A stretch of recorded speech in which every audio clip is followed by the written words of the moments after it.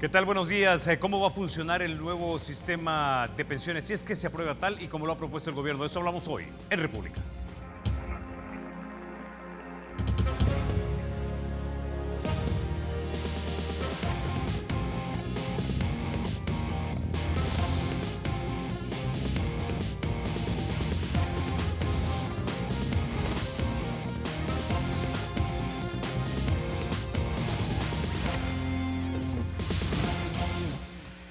Bueno, sin mayor preámbulo, vamos a introducir a nuestro invitado. Esta mañana nos acompaña el señor Roberto Lorenzana. Él es el secretario técnico de la presidencia del profesor Sánchez Serén. Bienvenido, secretario, a República. Muchas gracias, buenos días a todos. Señor secretario, hablemos entonces ahora de este proyecto de ley que recientemente acaba de introducir el ministro Cáceres en la Asamblea Legislativa. Y quizás una de las grandes categorías que quizás ya está clarísima, que es a la que ustedes le apuntan, es que el que va a ser dueño o el tipo de sistema que tendremos será un sistema mixto. Pero quisiéramos entender qué es esto del sistema mixto exactamente. ¿Quién administra los fondos? Porque hemos escuchado de la creación de un Instituto Nacional de Pensiones, pero luego hemos escuchado también que las AFP seguirán manejando inclusive la cuenta del sistema público. Bueno, muchas gracias por la invitación en primer lugar. Creo que este es un tema de altísimo interés público y nacional. Este es un tema que no estuvo presente en la campaña electoral cuando se definieron las elecciones presidenciales en la contienda anterior, y no estuvo presente, a mi juicio, porque si bien es cierto, estaba en el caso nuestro contenido dentro de nuestra plataforma electoral, estaba hilvanado, digámoslo así, en el sentido de que se necesitaba hacer una reforma previsional que hiciera más equitativo el sistema, que asegurara las pensiones para los cotizantes, que rompiera también con una falsa ilusión que se tiene, porque sin duda hay en las percepciones de la gente valoraciones que no corresponden a la realidad. No es posible que en un sistema previsional existan tasas de reemplazo, como se llama al porcentaje que recibe la gente de pensión con respecto a su último salario. No es posible que existan tasas de reemplazo del 100% o más. Eso no existe en ninguna parte del mundo. Es una mentira. Es un engaño a la sociedad en general, aunque fue un privilegio para muy pocos, lo que se llama las pensiones VIP, para un pequeño grupo de personas que se recetaron ese tipo de pensiones. Se hace necesario entonces en este tipo de temas una campaña educativa que haga tomar conciencia a la sociedad de la importancia que tiene, enorme importancia que tiene hacer una reforma en esto, pero sin las pasiones mezquinas, sin los golpes bajos ni las guerras sucias, que no tienen el propósito de develar la verdad, sino que simplemente tienen el propósito de hacerle daño al adversario, sin entrar a las entrañas de la esencia de los fenómenos estos, que a nuestro juicio tienen una gran importancia nacional y hay que asumirlas con toda la responsabilidad. Intuyo, don Roberto, que se está refiriendo usted a esta campaña que hace un par de semanas nosotros pudimos ver como falsas portadas, cuestionable desde el punto de vista periodístico, y del gran robo. Y esto me lleva a esa categoría, a la formación de este nuevo sistema que sería mixto y que sería básicamente uno privado y uno público. Me llama la atención, y a muchos, que se crea un Fondo Nacional de Pensiones con parte de los ahorros de los trabajadores. La pregunta es, ¿este traslado de los ahorros de los trabajadores es una cesión de parte de los ahorros de los trabajadores a propiedad del Estado? Y el Estado, en efecto, somos todos, pero es eso, es una cesión. No hay de por medio un pago por básicamente ceder esa parte de los ahorros. No, o sea, todo esto es la ilusión que le digo yo. Mire, en 1996, hace 20 años, se dio la reforma de pensiones, se aprobó, se privatizaron las pensiones. Las pensiones no son del Estado, no pueden ser nunca del Estado. Ya, tampoco son de las AFP, que esa es la otra ilusión. Las AFP no son dueñas de las pensiones, son los trabajadores los dueños.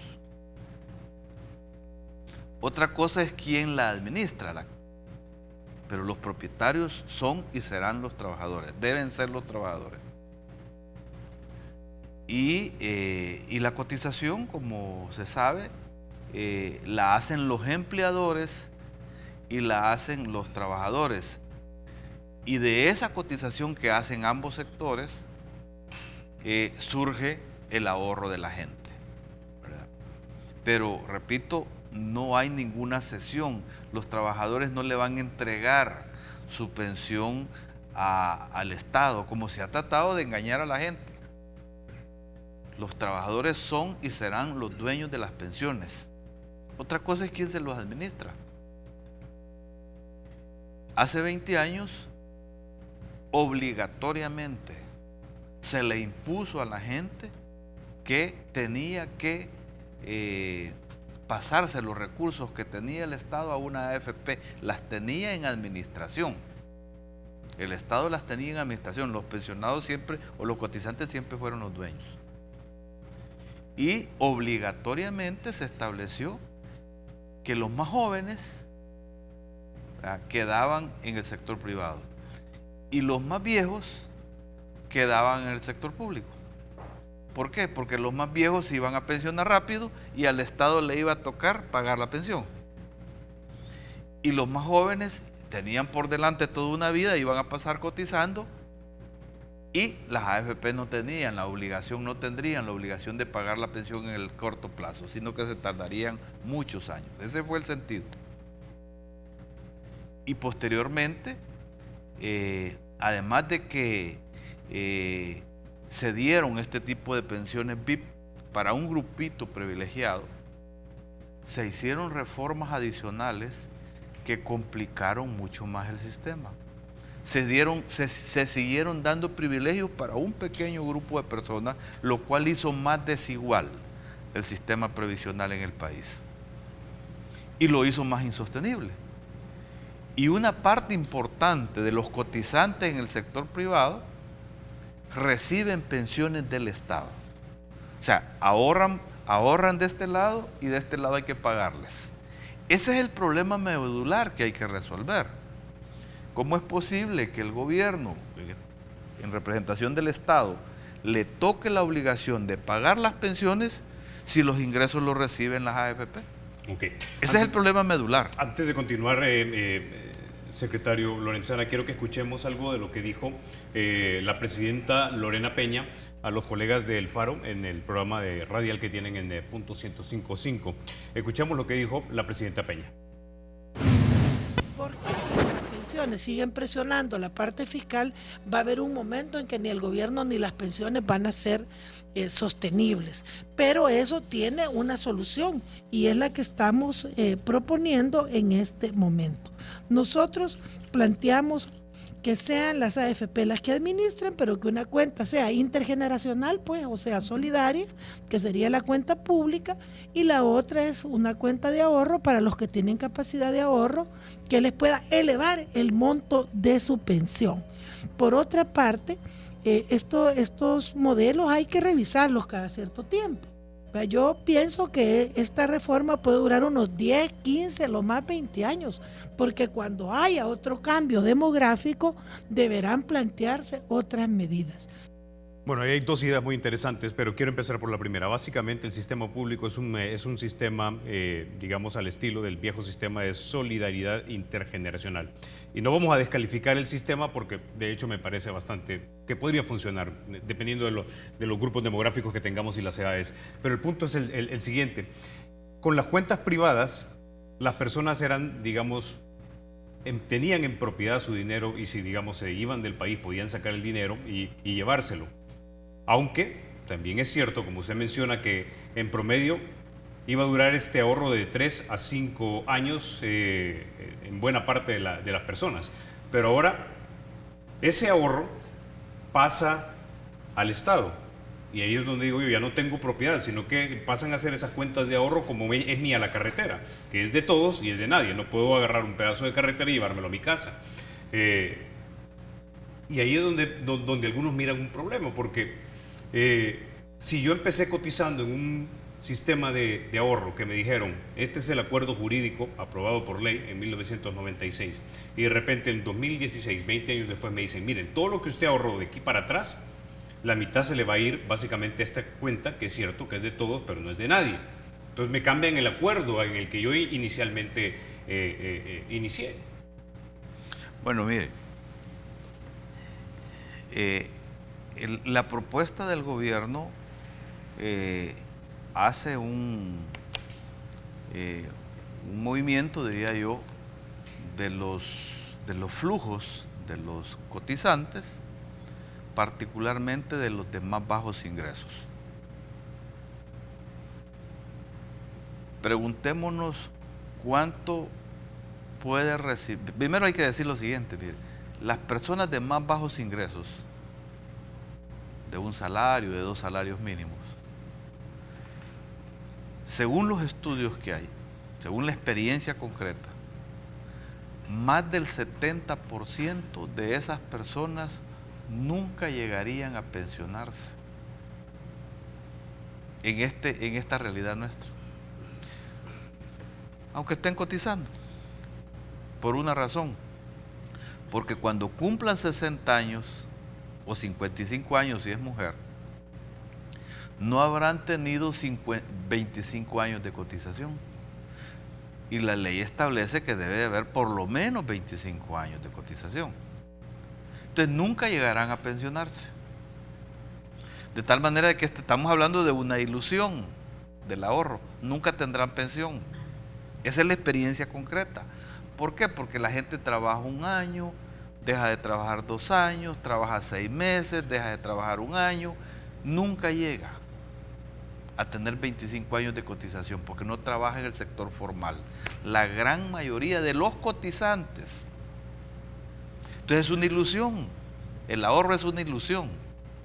Nosotros lo que estamos planteando es asegurarle la pensión a las personas que llenen los requisitos que están establecidos en la ley, que no han cambiado.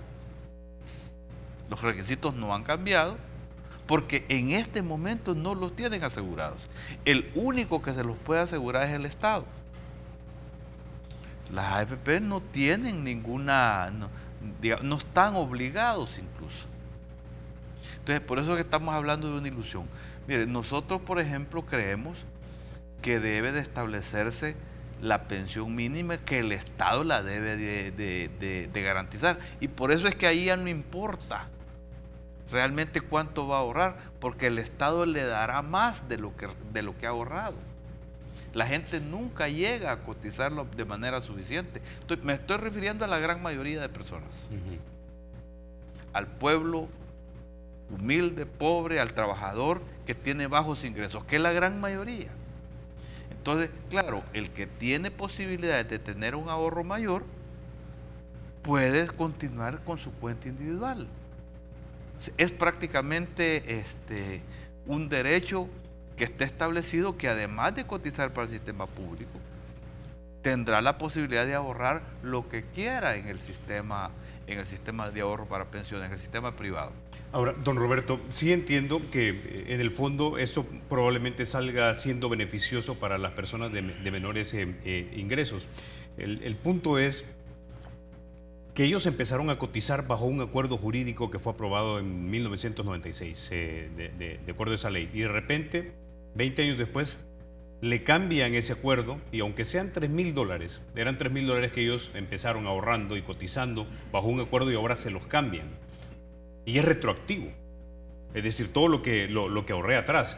Entonces, por eso pregunto, ¿es esto una cesión de los ahorros privados al Estado? Y una vez más, el Estado somos todos. ¿Es esto una nacionalización de los ahorros, de parte de los ahorros? No, es que los ahorros siempre serán privados. Los ahorros son de la gente. Ese es el problema. Los ahorros no son de las AFP. Los ahorros son del trabajador. Y ellos mantendrán sus ahorros. Seguirán siendo privados en tanto que le corresponden a los trabajadores. Lo que pasa es que se ha generado la ilusión de que es una expropiación. ¿Expropiación a quién? A las AFP. Si ellos no son los dueños. Los dueños son los trabajadores. Y el problema de fondo es ese. Y yo por eso les digo a cualquiera que discute este tema, se los he dicho a ellos mismos, a las empresas, díganme ustedes cómo resuelvo este problema de manera estratégica a lo largo del tiempo. ¿Cómo es posible que el Estado le toca que pagar las pensiones y ellos reciben los ingresos? Dígame cómo lo voy a resolver. Son 600 millones de dólares este año y en los próximos años 700 hasta 1.000 millones de aquí al 2020 que el Estado tiene que pagar de los impuestos. Fíjese bien, usted cotiza, yo no sé en cuál AFP, usted cotiza, mensualmente le hace una cotización, pero además de sus impuestos en este momento, el Estado recoge una parte de sus impuestos para pagar otra pensión. O sea que usted está pagando dos veces. Porque el Estado no tiene dinero que lo saca del aire o le baja del cielo, lo saca de los impuestos de todos los salvadoreños. De ahí salen las pensiones, el pago de pensiones en este momento o de deuda externa. Cuando se hizo la privatización, el Estado tenía un poquito de reservas en ese momento, porque el sistema funcionaba de esa manera, ¿verdad? Era un sistema de reparto, o sea, se pagaba con los flujos de los cotizantes, las pensiones de los más viejos. Entonces había un poco de ahorro, en 2 años se lo gastaron y a partir de allí vino el endeudamiento. Solo en el gobierno del expresidente Francisco Flores se contrataron más de 1.200 millones de dólares en deuda que se está pagando en este momento. El 79% de la deuda externa que paga en este momento el gobierno de El Salvador fue contratada antes del año 2009. El 79%, casi el 80%, y una buena parte también tiene que ver con pensiones. Solo deuda en bonos fueron 1.200 millones. Y posteriormente fueron contratados más de 4.000 millones de dólares en deuda que endeuda con el fideicomiso que se creó para que los mismos fondos de pensiones financiaran el pago de las pensiones. En el fondo es un sistema de reparto, ¿no? En el fondo, porque el dinero se saca de las AFP, es un préstamo, lo único que es una contratación de nueva deuda. En el fondo es lo mismo. Lo que pasa es que el Estado no puede ilimitadamente estar contratando deuda, porque esto se ha convertido en una bola de nieve que puede terminar asfixiando las finanzas públicas. A eso nos referimos nosotros, porque se ha convertido en un problema de las finanzas públicas en general. Y de esta forma nosotros pretendemos además, en base a los estudios que se han hecho, que se asegura la sostenibilidad del sistema previsional. Ahora, don Roberto, le reitero, asumiendo que esta propuesta de ley sea aprobada y se reforma el sistema de pensiones tal y como lo ha propuesto el gobierno del presidente Sánchez Serén, ¿por qué debe ser retroactiva? Si la ley se aprueba, digamos, en mayo de 2016, ¿por qué no entra en vigencia a partir de junio? Y a partir de junio, entonces, mis cotizaciones pasan como parte del fondo semilla de la parte pública de este sistema de pensiones. ¿Por qué tiene que afectar hacia atrás? Eso es lo que de repente mucha gente no entiende, porque es básicamente te están afectando el acuerdo sobre el cual vos empezaste a cotizar hace 20 años, ¿verdad?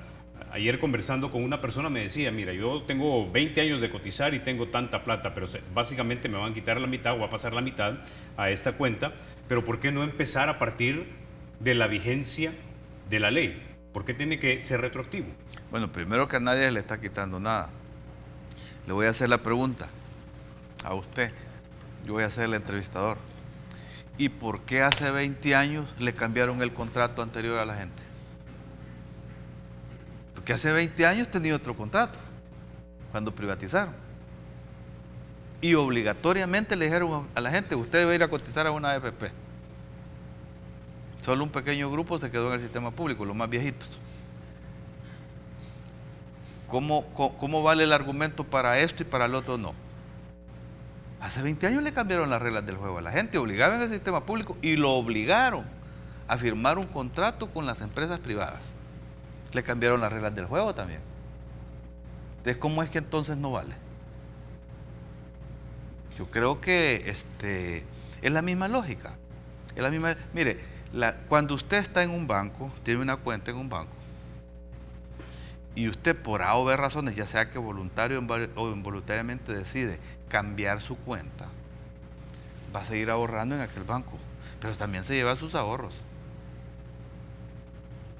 Son sus ahorros. Usted se lleva sus ahorros, no se le están quitando sus ahorros, los traslada al otro banco. Lo mismo pasaría aquí. El Instituto Nacional de Pensiones es una especie de AFP, yo diría digital, porque al final es una cuenta de la gente, ¿verdad?, que va a ser administrada por las mismas AFP. Usted va a empezar a cotizar allá y sus ahorros se van para allá. ¿Y cómo es que va a dejar sus ahorros en otro lado? Si es su ahorro el que se va a mover. Entonces, no se está expropiando nada. Esta es una falta de ilusión. Mire, se ha convertido en una especie de guerra política, de guerra ideológica, que no es conveniente para el país. En realidad, de lo que se trata, y ojalá que así pase en la Asamblea Legislativa, que haya un diálogo a profundidad. Hemos empezado, en realidad la discusión ha empezado desde hace varios meses. No es una discusión nueva. Tenemos más o menos unos 6 meses de estar hablando del tema. Hemos estado conversando con el sector laboral, hemos estado conversando con las mismas AFP, hemos tenido reuniones con todos los partidos políticos, varias reuniones, por separado y conjuntamente, para hablar del tema. Pero uno entiende de que aquí siempre existe la idea de que pague, no compartir costos políticos, ¿no? O sea, se hizo una reforma que no previó cómo el Estado iba a asegurar el pago de las pensiones, de dónde iba a sacar los recursos, si los flujos de dinero, las cotizaciones iban para otro lado. Nunca se previó eso. Y ha llegado el momento de franquearnos en esto. Y hay que ver de dónde van a salir los recursos. Y este es el mecanismo que el gobierno de El Salvador está proponiendo. Si existe otro mecanismo, bueno, escuchémoslo y valorémoslo. Hay otras propuestas que están en el ambiente.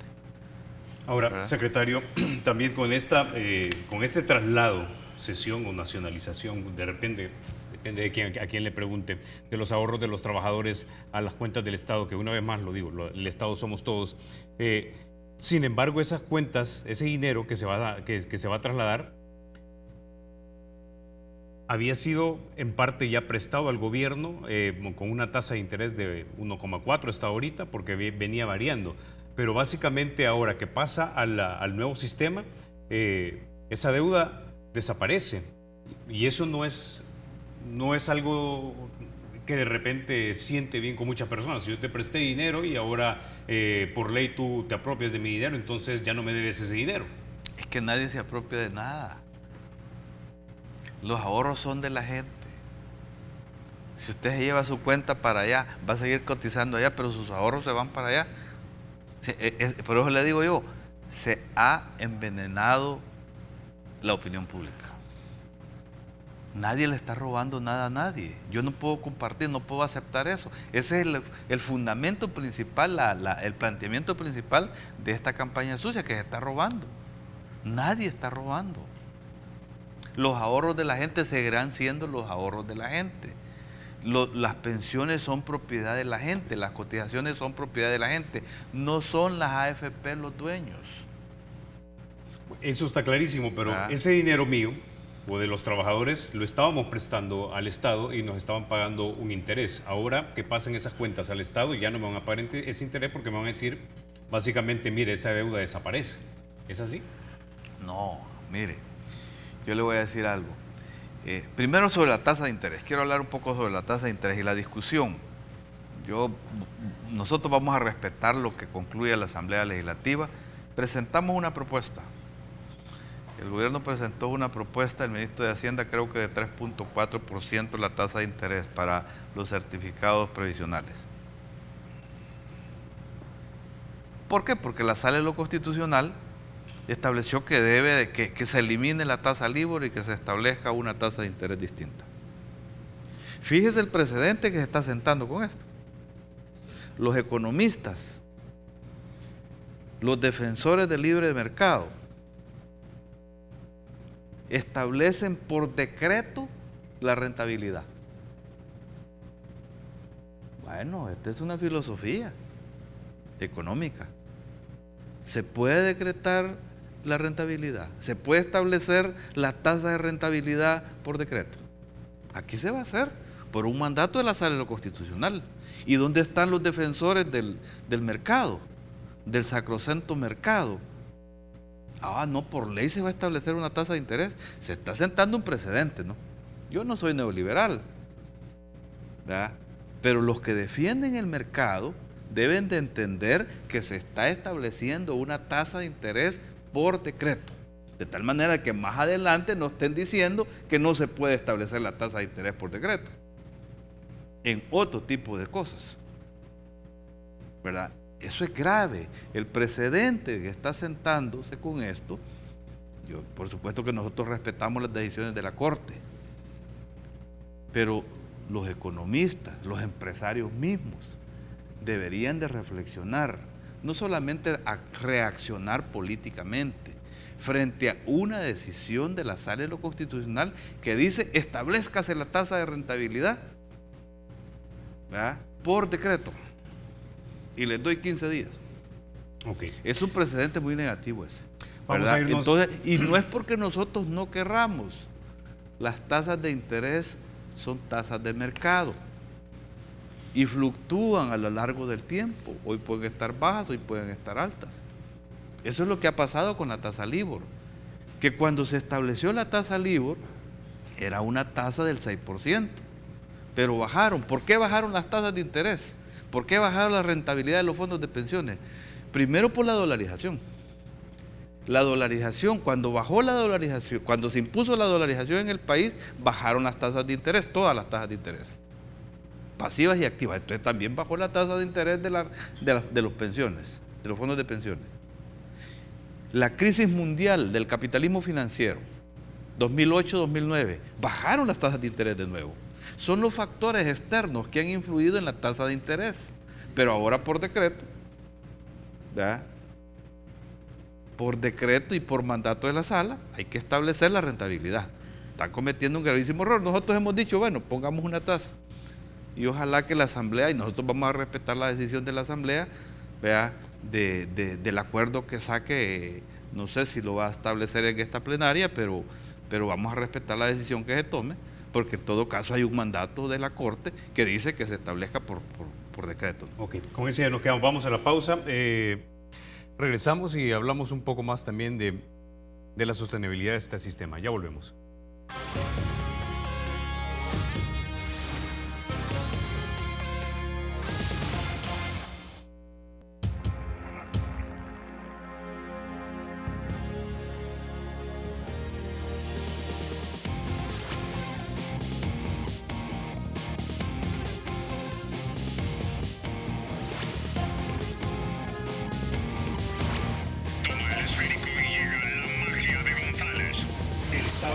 Será siempre libre e independiente y no será jamás el patrimonio de ninguna familia ni persona.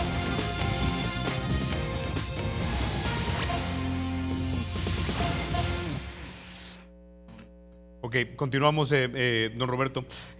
Ya que sacamos del tema el punto del traslado de los ahorros, hablemos un poco de las otras grandes categorías, porque si hablamos, por ejemplo, de la suficiencia de la pensión con este sistema, ¿estará garantizado? Es decir, sé que se ha hablado de 200 a 210 dólares de pensión mínima para muchas personas, siempre y cuando hayan cotizado, tengo entendido, por 25 años. Pero de aquí a 20, 25 años, 30 años, 200 dólares no creo que sean mucho. Pero mire, no nos salgamos del todo del tema. Me estaba recordando de algo adicional del traslado de los ahorros. Lo que pasa es que usted está muy joven, quizás no se acuerda cuando privatizaron la banca. Lo escuché nada más. La escuchó, ¿va? Pero la gente que tenía los ahorros en la banca estatal, el día siguiente sus ahorros estaban en un banco privado. Es lo mismo. Y nadie le consultó a la gente. Nadie le consultó a la gente. Simplemente pasaron a ser administrados por otra persona jurídica, digamos así. Entonces es lo mismo, ¿verdad? Es lo mismo. O sea, lo que estamos hablando es lo mismo. Pero la propiedad sigue siendo de la persona, del ahorrante. Mire, sobre el tema de la otra pregunta, sobre la suficiencia de los recursos. En realidad, el sistema ahorita es un sistema injusto. Digo, hay pensiones VIP para un pequeño grupo, ¿verdad? VIP, BIP, ¿verdad? Que son algo así como pensiones de lujo para un pequeño grupo. Pero la gran mayoría de las personas en el sistema actual tienen pensiones de alrededor del 40%, el 40% de su salario. Si usted gana $1,000, lo más que le pueden dar son $400 de pensión. Si logra cumplir con todos los requisitos, ¿no? 30 años 60 años de edad y 25 años de cotización, que la gran mayoría no cumple el requisito del tiempo de cotización. Según los estudios actuariales que hemos conocido nosotros, la tasa de cotización debería de ser el 24% para que haya una pensión digna, y en este momento estamos en el 13%. Para tener una pensión más o menos digna. Por eso es que nosotros estamos tratando de garantizar, y ese es el objetivo fundamental de la reforma, atender a los sectores de más bajos ingresos, asegurarle la pensión a las personas de más bajos ingresos. El sistema realmente es excluyente, no ha logrado realmente cumplir el objetivo que se planteó hace 20 años, cuando se dijo de que con esta nueva reforma, la que está ahorita vigente, se iba a garantizar la ampliación de la cobertura. Teníamos 23%, y tenemos 24%. La mayoría de la gente, más del 70% de los trabajadores de la población económicamente activa está fuera del sistema. Y por eso es que nosotros decimos, es clave que la gente entre al sistema. Y ahí vamos a otro punto, mire, don Roberto, porque si básicamente, según estamos entendiendo, lo que va a haber es una pensión garantizada, digámoslo así, versus una pensión digna. Hablemos entonces de cómo podemos hacerla digna, y qué tal si se ampliara la cobertura. Es decir, dentro de este nuevo sistema, ¿realmente se está contemplando un esfuerzo decidido para tratar de formalizar a la mayoría de salvadoreños? Para que nos entiendan en casa, son 2.600.000 aproximadamente salvadoreños que están en edad de trabajar, y son 660.000 personas, según FUSATE, la Fundación Salvadoreña de la Tercera Edad, que están en edad, digamos, de retiro. Es decir, tendríamos aproximadamente 6 cotizantes por un jubilado. Entonces, si tuviésemos esa verdadera cantidad, porque es potencialmente 6 por 1, pero si realmente lográramos tener 4 o 5 por 1, entonces ya no sería una pensión de repente de $200, podría ser una pensión de 400, de $500. ¿Contempla su plan un esfuerzo decidido para tratar de aumentar la cobertura? Sí, yo le puedo mencionar 3 elementos de la ley. 1, se va a unificar la cuenta del Seguro Social con la cuenta de los fondos de pensiones. Hoy son 2 cuentas, no están cruzados los datos. Usted tiene alrededor de 200.000 personas, no quiero ser, es más o menos, ¿no? O sea, es aproximadamente, hay 200.000 personas que cotizan en el Seguro Social y no cotizan para pensiones. En el Seguro Social están registrados como cotizantes permanentes, porque también en el Seguro Social hay unos que cotizan un par de días, ¿no? Si nosotros unificamos esa cuenta, no podemos decir que automáticamente los 200.000 que cotizan en el seguro y no están en el sistema de pensiones se pasa al 100%, pero será un porcentaje altísimo. Si fuese todos, estaríamos hablando de un crecimiento de por lo menos un 20% de los ahorrantes, aumentaría en el sistema de pensiones. O sea, ahí estamos hablando de un crecimiento significativo. Ahí estamos hablando de un incremento de la cobertura del sistema de pensiones significativo, y ese es algo que está establecido en esta propuesta. Por supuesto que le va a dar más liquidez al sistema, también, porque habrá más dinero ahorrado. Ese es un tema. El otro tema que estamos planteando es mayor flexibilidad en el portafolio de inversiones, incluso de inversiones en el extranjero, para que puedan mejorarse la rentabilidad de las inversiones del fondo de pensiones. ¿Pero eso será para la parte privada o Sí, también para la parte pública? Ellos van a administrar todo. Cuando haya recursos, o sea, en la administración, el Estado le va a delegar siempre a las AFP que administren los recursos.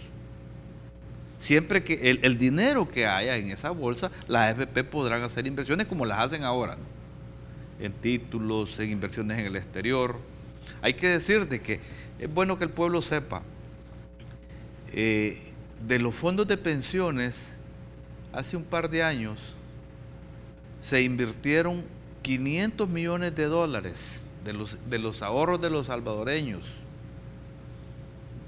500 millones de dólares en la construcción o en la ampliación del aeropuerto de Panamá. Allá está el dinero de los salvadoreños, en Tucumán. Está ganando dinero, es rentable. Pero es bueno que nosotros lo aprovechemos también como inversiones acá. Y este gobierno lo está haciendo.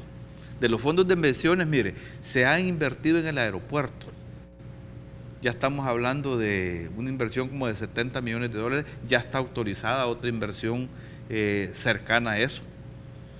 De los fondos de pensiones se contrataron 287 millones para la cancelación en el litigio CELENEL, que está ganando una tasa de interés del 6%. De los fondos de pensiones se utilizan las inversiones del FOVIAL, que no sé, creo que andan ya como 150 millones de dólares en lo que ha titularizado. De los fondos de pensiones también se va a construir el nuevo hospital Bloom. De toda la historia, desde que nosotros éramos niños, solo conocemos un hospital Bloom, ¿no? El Seguro Social construirá, después de más de 50 años, el segundo hospital pediátrico del país. No tiene el Seguro Social, lo va a hacer, este año lo inicia, con fondos de pensiones también. O sea, y ahí están ganando una tasa de rentabilidad importante. Se va a construir un nuevo hospital en San Miguel con fondos de pensiones, con una tasa de rentabilidad importante. O sea, este gobierno le ha estado dando rentabilidad a los fondos de pensiones. Y tenemos por delante desafíos que haya inversiones en energía eléctrica, en otro tipo de inversiones. Entonces, eso se está haciendo. Se va a ampliar el porcentaje de inversión en vivienda popular, porque también de los fondos de pensiones se financia el Fondo Social para la Vivienda. Tiene un porcentaje ahí, ¿verdad? La gente que tiene financiamiento para compra de casas en el Fondo Social lo hace de los fondos de pensiones también. Por eso es que el Fondo Social puede dar una tasa de interés baja, porque se utiliza de esos recursos. Eso se va a ampliar. Entonces, es una forma de darle mayor rentabilidad. Y lo otro es que de la disminución de la comisión, que estamos hablando de disminuir la comisión a la AFP del 2.2 al 1.9, ese 0.3 irá al ahorro de los trabajadores. Esta reforma mejora las condiciones de los ahorros de los trabajadores. Ese porcentaje, ese 0.3, que se quedan por administración, las AFP, pasará al ahorro de los trabajadores. Posiblemente no les guste que les disminuyamos la comisión, pero yo creo que hoy tienen una economía de escala diferente y por lo tanto ahora se les puede reducir la comisión porque hay, digamos, un nivel mayor de flujo de las cotizaciones. Ahora, don Roberto, ¿qué va a suceder si la Sala de lo Constitucional declara que el proyecto de reforma de pensiones es inconstitucional por lo que ya hablábamos al principio, que es básicamente que te cambien las reglas del juego en medio del camino, a pesar de que ya lo han hecho otros gobiernos y que lo que se hizo en el pasado no quiere decir que se debería repetir en el presente. Pero asumiendo que se las declaran inconstitucional, ¿cuál es el plan B? Bueno, y lo mismo le puedo preguntar, ¿y qué pasaría si lo declara constitucional? Mire, en esto debemos de ponernos de acuerdo como país. Por eso es que es importante que esta discusión se haga un poco alejada del debate electoral. Las elecciones están lejos todavía. Faltan un par de años para las elecciones de diputados y alcaldes y faltan todavía 3 años y medio para la elección presidencial. Que se haga de manera desapasionada, que se vaya al fondo del asunto, que se vea realmente la perspectiva. Los futuros gobiernos, sean de cualquier partido político, entrarían también en una situación crítica si no se le da respuesta a esto, y no por el interés del gobierno al final es el interés de la gente. Hay que asegurarle predictibilidad a los trabajadores, hay que asegurarle que tendrán pensión, y así como está el sistema no está asegurado. Ahora, yo creo que lo importante es que seamos razonables en esto, que nos adentremos realmente a la profundidad de los temas, sin que esto sea que yo voy a hacer que el otro pague costo político y yo quiero ganancia política. Ese no es el tema. Este no es un tema de ganancia política. Este es un tema de interés nacional. Y hay que buscar acuerdo en este tema. Eso es clarísimo, secretario Lorenzana, pero existe el riesgo. De hecho, ya algunas asociaciones como Contradefop dijeron que básicamente tenían un borrador listo para interponer una demanda en la Sala de lo Constitucional. ¿Qué sucedería si se la declaran inconstitucional? ¿Tiene un plan B? ¿Considerarían ustedes entonces una serie de reformas que fueran orientadas a fortalecer el sistema privado de pensiones que con una mejora de las condiciones y tal vez con las reformas adecuadas tal vez podría ser igual o más rentable que lo otro? ¿Cuáles mejoras las condiciones cree usted que pueden darse? Por ejemplo, modificar los parámetros, lo que se contribuye. O sea, subir la cotización. Subir la cotización, la edad de retiro. Son cosas que de repente no gustan. Aumentar la edad. Son impopulares, yo entiendo que son impopulares. Es lo que nosotros no hemos querido hacer y lo que nos proponen otros, ¿no? O sea, que subamos la cotización, que subamos la edad, que subamos el IVA. Esas son las propuestas que están en el ambiente, de otros. Nosotros no hemos querido movernos en esa dirección. Y que hay de abrir también las posibilidades de inversión en diferentes portafolios, de tal manera eso sí está contenido en esta propuesta. Pero bueno, una vez más, ¿qué pasaría si se la declaran inconstitucional? ¿Hay plan B? Pues si se declara inconstitucional, lo que pasaría es que se declara inconstitucional y simplemente no se podrá aplicar.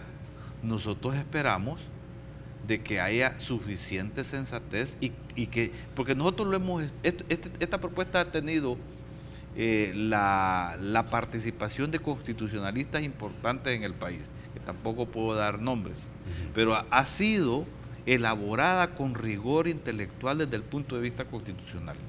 Y nosotros estamos seguros de que no estamos violentando ningún derecho constitucional. De tal manera de que hemos tenido el cuidado. No vamos a ser, digamos,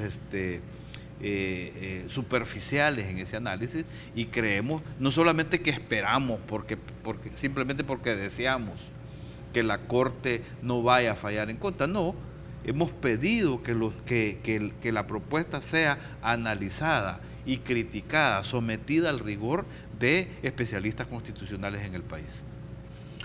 Ok, entonces intuyo que si la declaran inconstitucional seguimos como estamos, pero tengo entendido que ya estamos llegando al límite de lo que el gobierno le puede pedir prestado a los fondos de trabajadores bajo el actual régimen jurídico. Hasta ahorita nosotros no escuchamos más que esas propuestas. Nosotros les dimos, ¿cómo resolver este problema? Hay que resolverlo. Nosotros no nos hemos querido ir por la vía de subir el IVA o subir la edad. Mire, si subimos la edad, es cierto que la vida ha aumentado en el país, que hoy la gente vive un poco más que antes. Pero en la medida en que usted aumenta la edad, la gente dice, y hay una parte de cierto en eso, ¿no? Me van a dar la pensión cuando ya me muero. casi cuando me estoy muriendo. Entonces, por eso es que la gente se resiste al incremento de la edad. Otros países lo han hecho, nosotros no lo estamos proponiendo, ¿verdad? Esas son las otras opciones que hemos encontrado de la oposición en particular, ¿verdad? Pero hoy por hoy nosotros mantenemos los mismos parámetros, hoy por hoy mantenemos la misma tasa de cotización, mantenemos la misma edad de retiro, 55 años para las mujeres, 60 para los hombres, el mismo tiempo de cotización, 25 años. El único parámetro que se mueve es la comisión. Se le reduce la comisión a las AFP y esa reducción va al ahorro de los trabajadores, ¿verdad? Pero si alguien tiene otra propuesta, de todas maneras en la Asamblea Legislativa se va a abrir el debate, ¿verdad? Y por supuesto de que nosotros, el presidente dijo, yo tengo la obligación como presidente de la República de presentar una alternativa de solución a un problema grave de la vida nacional que hay que enfrentarlo. Y él presenta su propuesta. Hay quienes no están de acuerdo. Bueno, que presenten su propuesta. Y en la Comisión de Hacienda se van a estudiar todas las opciones. Ahora, expertos de Funde, que también han coincidido con algunos planteamientos, algunas declaraciones de funcionarios del gobierno, como el ministro Cáceres, dicen que este sistema, con todas las buenas intenciones, porque eso creo que no lo podemos dudar, entra ya deficitario, es decir, con menos dinero que le va a poder entrar versus el que tiene que salir. ¿Han contemplado entonces medidas complementarias para poder, digamos, llevarlo a un punto de equilibrio, algo como un FOPensiones? No, hoy por hoy no hay nada de eso en la propuesta. Sí hay, digamos, otros elementos que tienen que ser analizados. Seguramente en el futuro el país tiene que entrar a una nueva discusión. Mire, todos los países del mundo están discutiendo estas reformas. El sistema mixto que nosotros estamos planteando existe en varios países de América Latina. Incluso existen varios países donde operan las AFP o más de alguna de las AFP que operan en El Salvador. En Colombia existe el sistema mixto. En Uruguay existe el sistema mixto. O sea, en el mundo hay muchos países donde existe el sistema mixto. Entonces no es una cosa sacada de la manga de la camisa, existe experiencia sobre esto. Y en el mundo existen, ¿no? O sea, existen diferentes variantes, pero el mundo en general discute eso. Por ejemplo, Costa Rica ha discutido esto hoy con mucha profundidad. En Chile hay una crisis del sistema de pensiones y el modelo salvadoreño fue una réplica del modelo chileno. Fue una fotocopia prácticamente. Ok. Bueno, don Roberto, nos pasamos del tiempo, pero creo que esto era sumamente importante que lo habláramos. Esperemos que le haya quedado un poco más claro a la gente que nos está viendo. No me resta más que agradecerle que haya estado usted esta mañana aquí en República. Muchas gracias. Yo igual no tengo más que expresar al final de que esperamos que haya un debate suficientemente responsable, que haya diálogo, que haya intercambio y que todos los grupos parlamentarios puedan aportar para que se llegue a un acuerdo en este tema. Bueno, ustedes amigos se quedan con la edición matutina de Teleprensa con Mayela Mena y Armando Godoy. Soy Carlos Toledo, gracias por vernos. Recuerden, la República es de todos y hay que cuidarla.